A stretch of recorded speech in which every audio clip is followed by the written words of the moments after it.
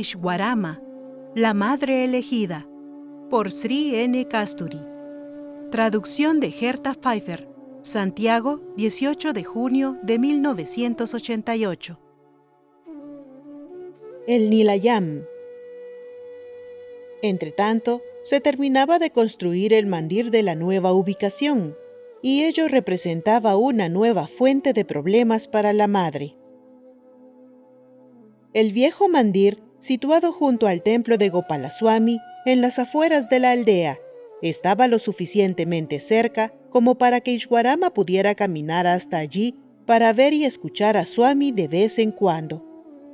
El nuevo edificio, en cambio, se erguía indiferente y distante sobre una ladera, e Ishwarama se dio cuenta, sintiendo un peso en su corazón, que anunciaba el alborar de una nueva etapa en la vida de Swami. El mandir de la aldea era pequeño y confortable, y allí la vida había sido informal. Había devotos ancianos que buscaran refugio en el viejo mandir, y otros que habían levantado tiendas y chozas en el terreno hacia el norte del edificio. Swami podía ser visto a cualquier hora. Daba darshan y orientaciones en cualquier lugar en que se encontrara, a los ingenieros y trabajadores que buscaran sus bendiciones y su guía. También los peregrinos entraban y salían libremente y conseguían entrevistas y bendiciones sin que tuvieran que esperar mucho. Era seguro que las condiciones serían diferentes en el nuevo mandir. Ishwarama no sentía aprecio alguno por el edificio de 2 pisos ni por la escalera de caracol que conducía a las habitaciones de Swami en la planta alta. Ello no solo significaba que iba a ser menos accesible, seguramente iba a ser apostado alguien en la planta baja que subiera para informar a Swami que un devoto esperaba para obtener permiso para subir a visitarle. Ya no podrían entrar y hablarle simplemente. Le sonaba ominoso hasta el nombre con que se había bautizado el nuevo mandir, Prashanti Nilayam. Su sentido literal era morada de la paz suprema. Pero, ¿le traería paz a ella? Significaba más bien un punto de confluencia para el mundo entero. En las arenas del Chitravati, Swami le había entregado un día a un grupo de devotos un pronóstico sobre su importancia. No es un ashram, porque ustedes no pueden confinarme a ninguno de los 4 ashrams de la vida. En este sentido, ashram significa las etapas de la vida, las consignadas en las escrituras como estudiante, jefe de hogar, recluso y renunciante. Tampoco soy un ermitaño, ni un monje, ni un asceta. No es un mandir, porque no prescribo ninguna forma de ritual o de adoración, ni propago tampoco el culto de Sai. No hay nada secreto en mí. No obstante, también es un ejemplo, una iglesia, una mezquita, una sinagoga, un santuario, en el que todos los seres humanos pueden alcanzar el prashanti, la paz suprema, fundiéndose en el infinito amor que se ha personificado como Dios, como hombre Dios, como divinidad.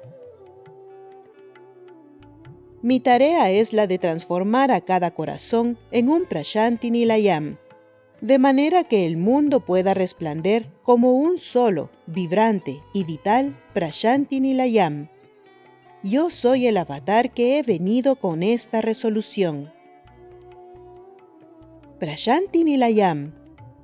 Ishwarama temblaba ante la sola mención del nombre, ante los vastos horizontes de significado que contenía, ante el abismo del espacio que implicaba entre ella y Swami, que ya no podía considerarse como su hijo, entre Swami y todos los demás Swamis que había conocido o a quienes había escuchado. ¿Sería alguna vez digna de pasar por los portales de esta monumental morada de la paz que él iba a crear? En la víspera de su traslado ceremonial al nuevo mandir, Ishwarama consiguió otra merced de Swami, que iba a tener un comedor al lado de este en la planta alta, pese a haber elegido el ala oeste para sus habitaciones privadas. Swami se mostraba muy estricto respecto al acatamiento de las normas disciplinarias en cuanto a que hombres y mujeres debían mantenerse separados.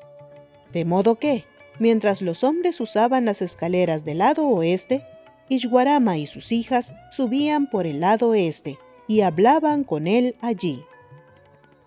No se les permitía ya el entrar libremente a su departamento. Esta promesa de Swami, empero, fue como la anterior que Ishwarama había logrado extraerle respecto a quedarse en Puttaparthi. ¿Qué persona, promesa, lugar o predicamento podrían sujetar a alguien como él? ¿Cómo podría alguien que es todo espíritu no ser sino escurridizo? Podían quedarse esperando y esperando ansiosamente en el comedor, y solo cuando estaban por desesperar, Swami se acercaba a paso lento por la larga galería. Venía a dar darshan y no a comer, realmente. Sentándose ante la pequeña mesa, probaba bocados de uno o dos de los platillos cuidadosamente preparados y temerosamente ofrecidos. Daba algunas respuestas o réplicas agudas a sus preguntas, y se levantaba, entonando como para sí mismo alguna melodía, para retornar a las regiones que les resultaban inaccesibles a ellas. Swami, al igual que el Baba de Shirdi, le permitía también a todo devoto anhelante colocar sus ofrendas sobre la mesa, pero la esperanza de que comiera algo de ellas resultaba vana la mayor parte de los días. Los días informales, familiares, en el viejo mandir, se habían acabado para siempre. Sin embargo, con su compasión, Swami le había otorgado a Ishwarama algunos minutos de acceso a él, cada vez que necesitaba del toque sanador del vibhuti o de algún alivio para su deprimente rutina. Los únicos medios a los que Ishwarama podía recurrir para estar en paz consigo misma eran las reminiscencias que llevaba en la memoria de la infancia y la niñez de Satya y el recuerdo de sus travesuras y agudezas.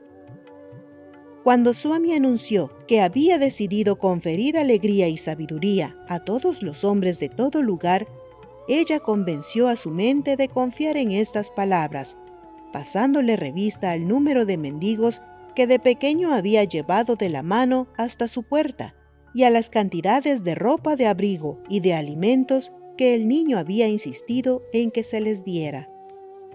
Ansiaba otras revelaciones de este tipo por parte de Swami, como para poderlas declarar como auténticas con la ayuda de sus recuerdos. Con el paso del tiempo, se fue transformando en una ferviente auditora de las historias que relataban los devotos sobre sus experiencias con Swami y con el Baba de Shirdi. Su fe se hizo más firme, sus simpatías se ampliaron. Sus consejos le entregaban un cálido apoyo a los peregrinos que llegaban hasta ella con sus relatos sobre el amor y el saber de Swami. Ella amaba a los niños. En cada uno veía a Satya invitándola a buscar y a realizarse.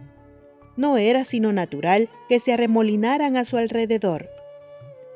Los pequeños observaban embelesados el brillo de sus ojos y los pliegues que se formaban en sus mejillas y su barbilla cuando bromeaba y reía con ellos. Los entretenía y ellos admiraban el tintinear de las numerosas pulseras de oro que llevaba en sus brazos, cuando gesticulaba al hablar, cuando enfatizaba algo o acentuaba una advertencia. A los chicuelos regordetes los estrechaba entre sus brazos y pellizcaba sus mejillas, gozando con el color que quedaba en ellas y las manifestaciones de alegría que sus mimos despertaban.